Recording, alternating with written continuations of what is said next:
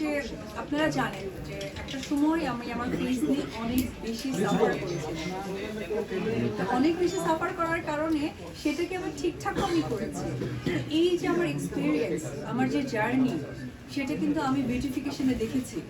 তো সর্বোপরি একটি কথাই বলবো, আমার কাছে মনে হয়েছে যারা বা যেসব মানুষরা আমাকে মানে মনে করে, আমাকে চিন্তা করে, আমার ভালো মন্দ জানতে চায়, তখন আমার দায়িত্ব জায়গাটা মনে হয় যে ওকে ফাইন, আমি যখন আমার একটা প্রতিষ্ঠান দিব, সেই প্রতিষ্ঠান থেকে যখন আমি এই ইনফরমেশনটা দিব, সেটা অথেন্টিক হবে, বিশ্বাসযোগ্য হবে, ভালো লাগাটা বেড়ে যাবে।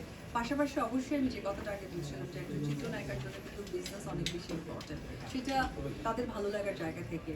আপনারা দেখবেন যে দেশের বাইরে, বিশেষ করে বলিউড ইন্ডাস্ট্রি কিন্তু আমরা অলওয়েজ ফলো করি। আপনি দেখবেন যে শিল্পা শেঠি কুন্দর, ওনার কিন্তু একটা বড় রেস্টুরেন্ট আছে।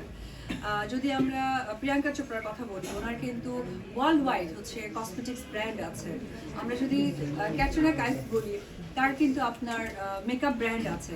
তো এটা অ্যাকচুয়ালি যার যা এবিলিটি, যার যে স্পেস, সেই জায়গা থেকে আমার মনে হয় যে প্রত্যেকটা শিল্পীরই উচিত বিজনেসে নিজেকে ইনভলভ করা, যে যে এক্সপিরিয়েন্সটা নিয়ে আসছে।